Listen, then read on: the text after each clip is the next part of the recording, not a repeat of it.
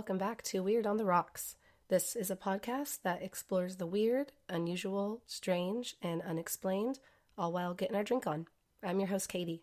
Today's episode is the second episode in our 3-part Zodiac Killer series, and we're going to be picking up right where episode 1 left off.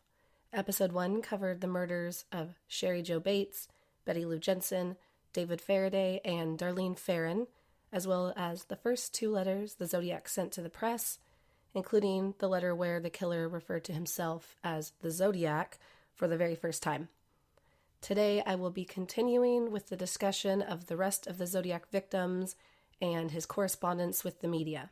Before we get going, I want to read another quick iTunes review. This one is from Alfonso Leonardo, and it says, "Enjoy listening to each episode. I love the way each episode is very different." Thank you. I really appreciate the feedback, and I'm glad you're enjoying the different topics. That's kind of what I'm going for, so I'm glad you appreciate that. If you want to support the show, please subscribe wherever you're listening to the podcast right now and rate and review on iTunes. You can also find the show on Instagram and Facebook. Both are at Weird on the Rocks Podcast, and also at www.weirdontheRocks.weebly.com. On that website, I have an embedded player where you can listen to all the episodes. I have buttons where you can subscribe, links to my Facebook and Instagram. I have a monthly survey on there, and I also have a page for each individual episode where I post my photos and what I'm drinking that day. So go check it out if you haven't done that yet. All right, before we get into all the good stuff today, I want to share this week's beverage of choice. Tonight I'm drinking a Root Beer Rum Cream, and let me tell you, it is just as delicious as it sounds. This drink has dark spiced rum. I'm using the Kraken rum, and it also has root beer and Bailey's Irish cream. This drink is dangerous. I could probably have at least 20 of these, but for your sake, I'll keep it to 1 tonight. Along with my drink, I am also enjoying a really delicious chocolate chip cookie from my friend Olivia at North Coast Confections. Go check her out on Instagram at North Coast Confections. She makes lots of really delicious and super cute treats. If you're looking for something for a holiday party, a baby shower, a wedding, whatever, she's your girl to go to. Her stuff is adorable and also tastes great. So thank you so much for the cookie. It goes great with my super sugary drink. This is definitely not healthy for me, but hey, I'm doing it for the podcast's sake, right? All right, well, let's get into it. Cheers, and let's get weird.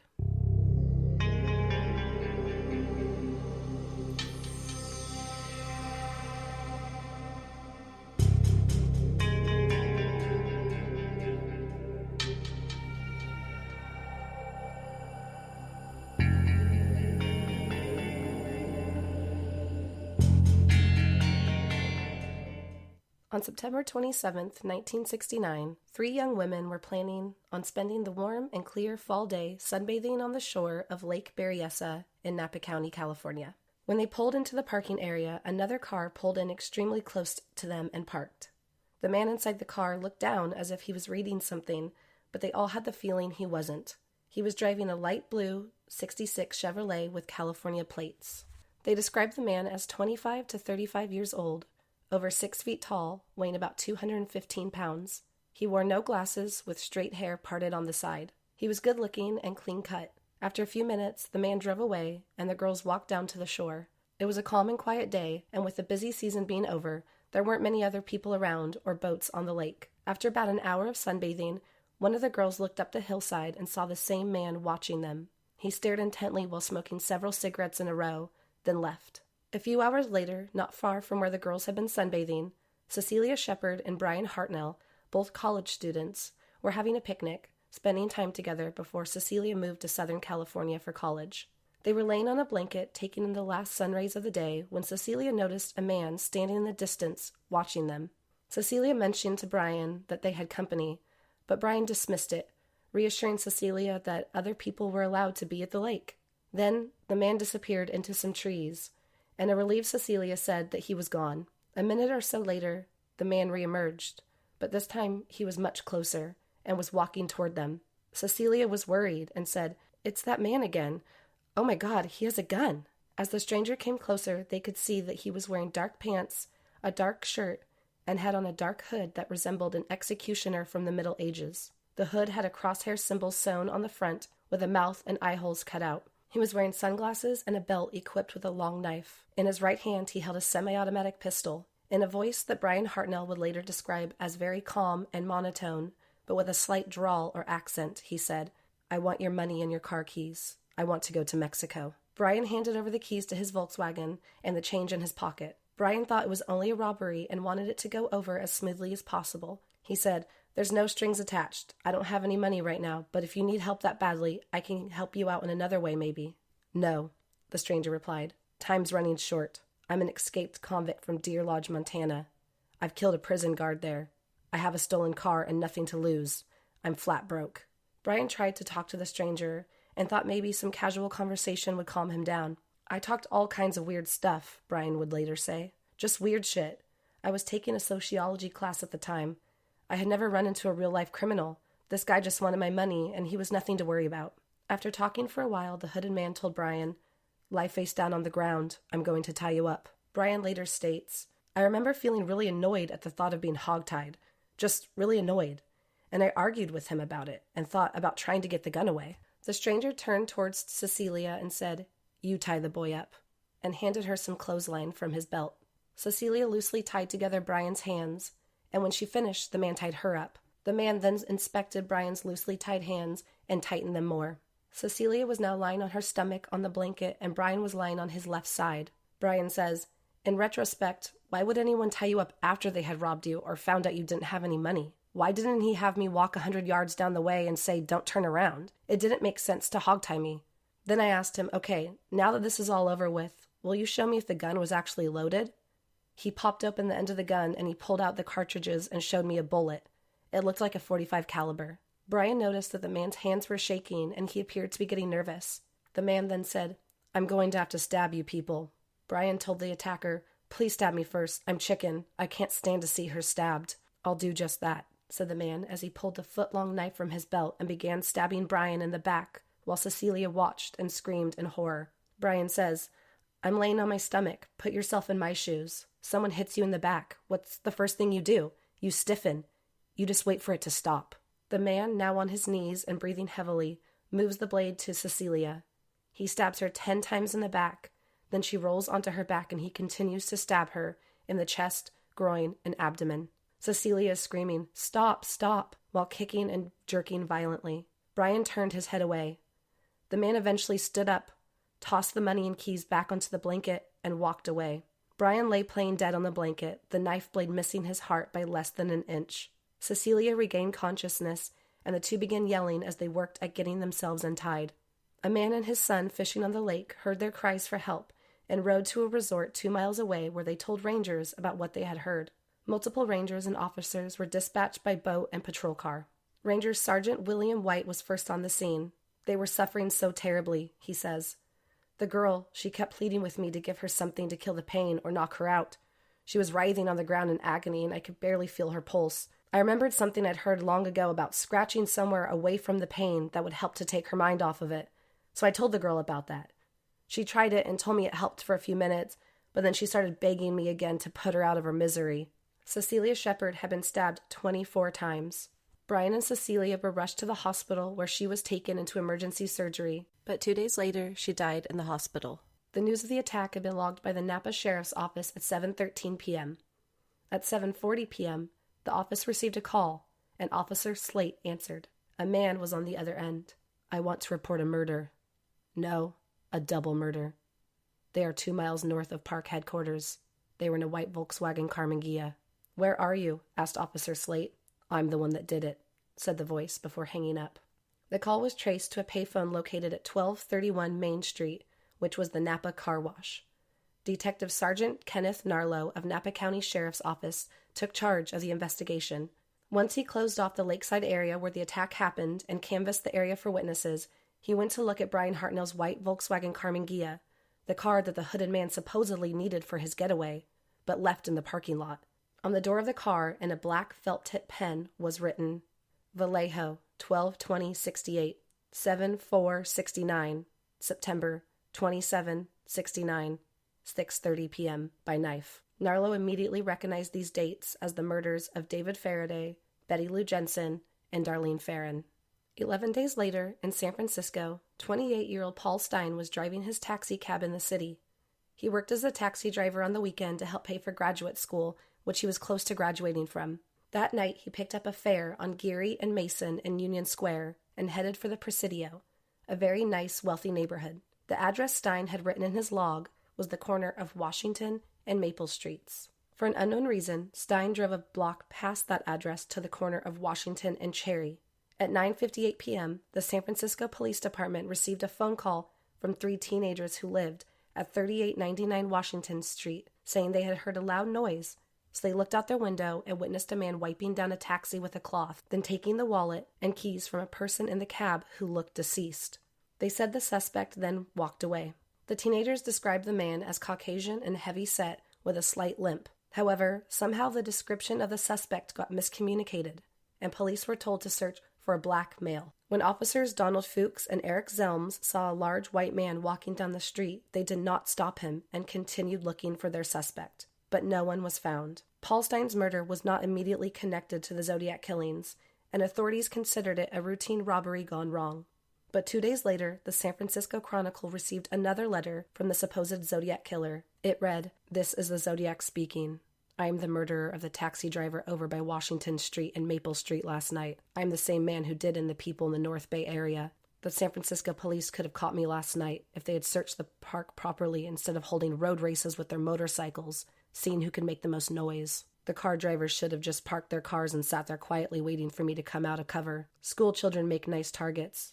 I think I shall wipe out a school bus some morning. Just shoot out the front tire, then pick off the kiddies as they come bouncing out." Included in the letter was a bloody, torn piece of Paul Stine's shirt. Until the murder of Paul Stine, authorities had discovered patterns in the Zodiac's killings.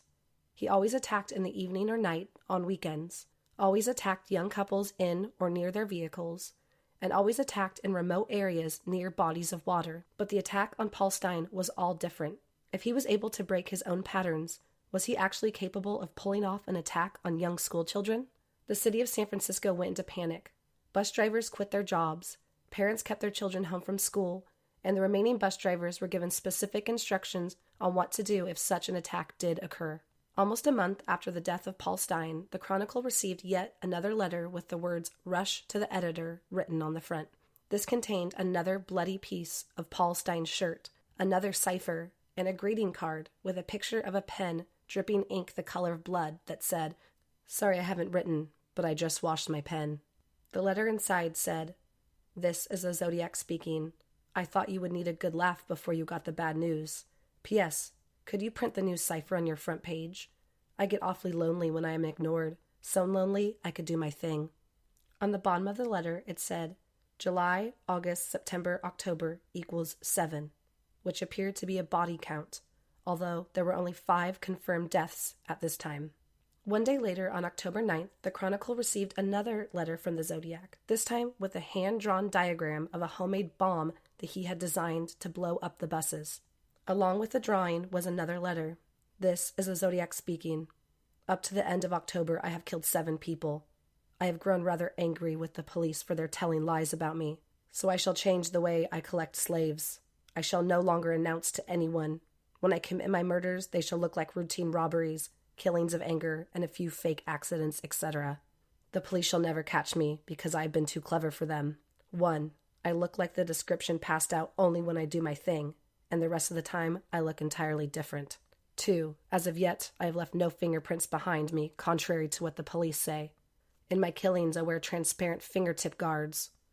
All it is 2 coats of airplane cement coated on my fingers, quite unnoticeable and very effective. 3. My killing tools have been bought in through the mail, except one, and it was bought out of state. So as you can see, the police don't have much to work on. If you wonder why I was wiping the cab down, I was leaving fake clues for the police to run all over town with. As one might say, I gave the cops some busy work to do to keep them happy. I enjoy needling the blue pigs. Hey, blue pig, I was in the park. You were using fire trucks to mask the sound of your cruising prowl cars.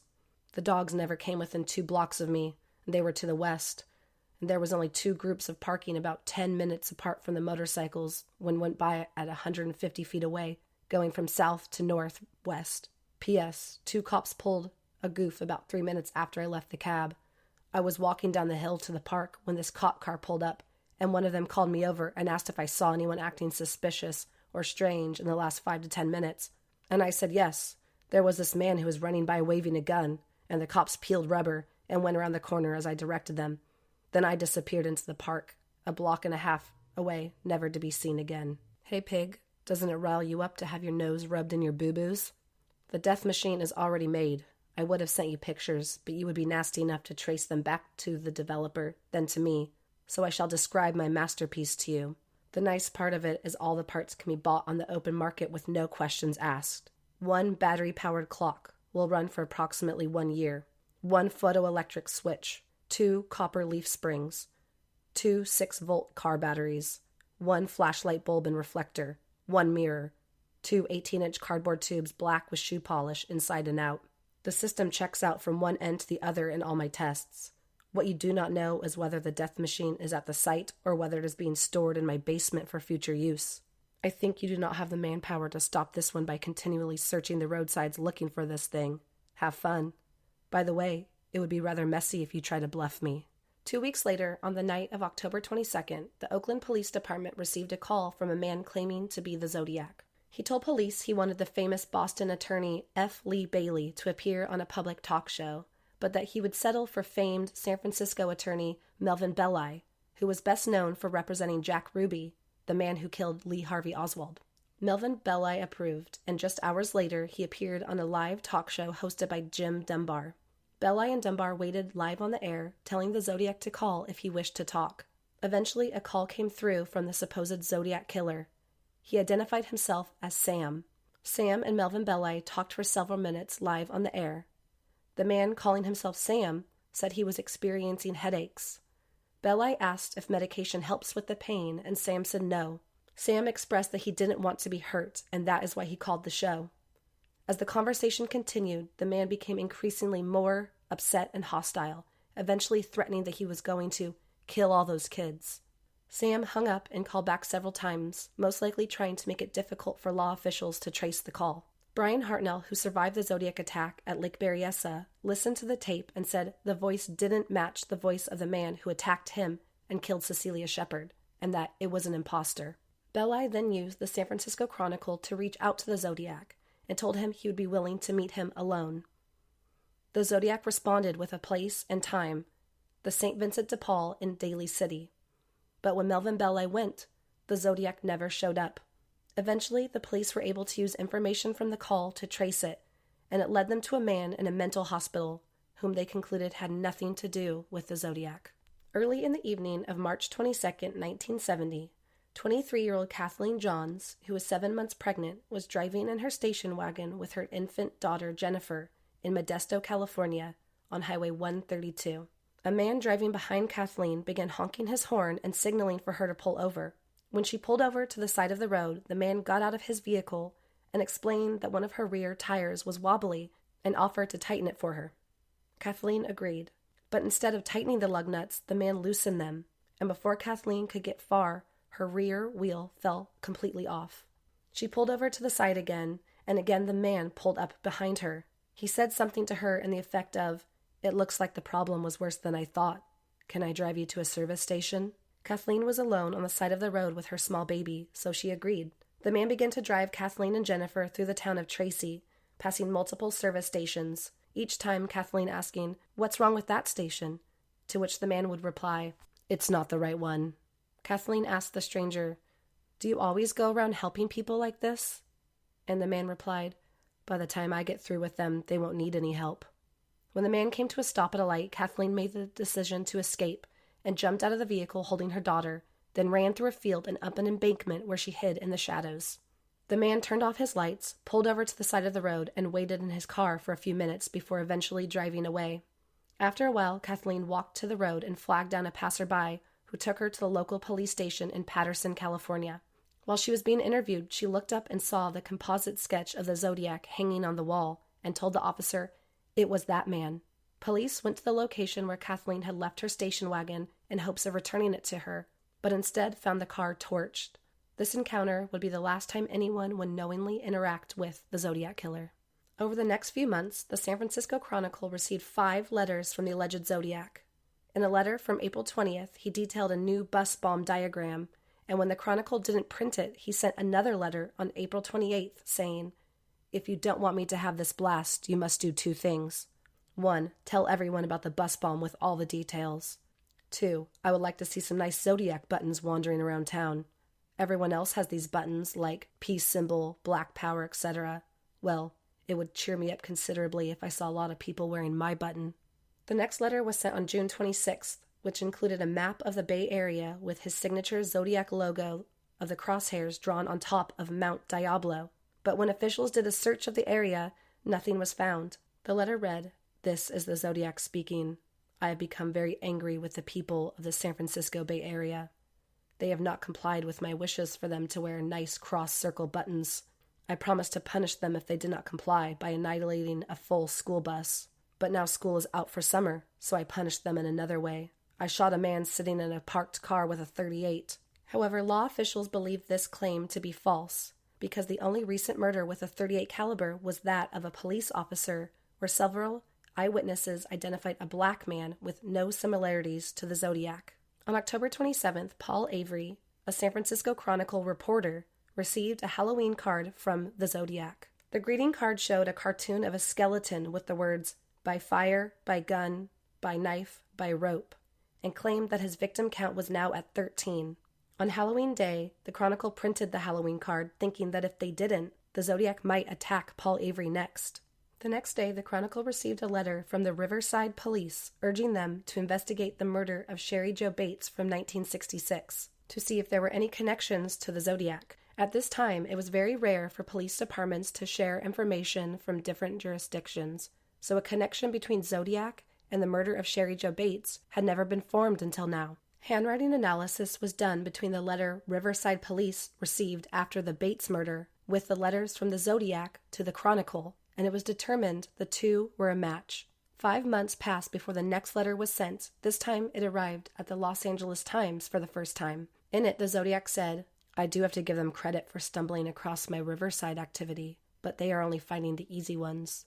There are a hell of a lot more down there." And the number 17 was written on the bottom. However, to this day, there are still many who believe the murder of Sherry Jo Bates was not that of the Zodiac, and he only took credit for it once the police made the information public. On March 22, 1971, the Chronicle received a postcard, yet again addressed to reporter Paul Avery. The postcard advertised a new condominium project being built in Lake Tahoe, with the words, "Sought Victim 12" and "Peek Through the Pines" written on top. Many believe that this was the Zodiac taking responsibility for the disappearance of a 25-year-old woman named Donna Lass from South Lake Tahoe that previous May. After this postcard, the Zodiac was quiet for 3 years. 3 years later, on January 29, 1974, the Chronicle received a letter with a recognizable handwriting of the Zodiac. In it, he said that he had recently seen the movie The Exorcist and referred to it as the best satirical comedy that I have ever seen.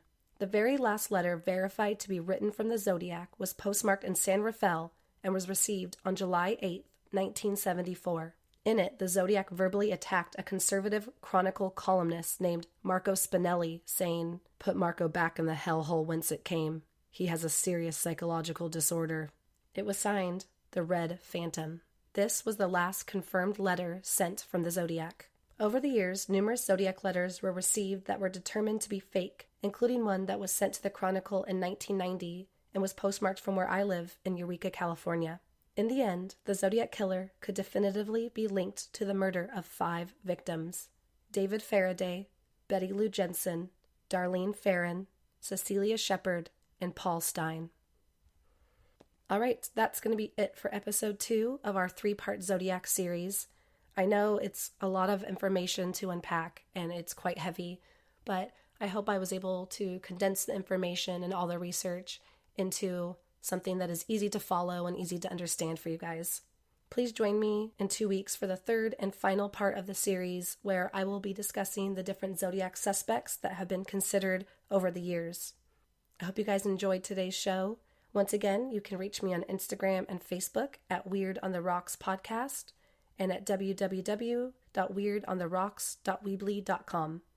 Until next time, cheers and stay weird.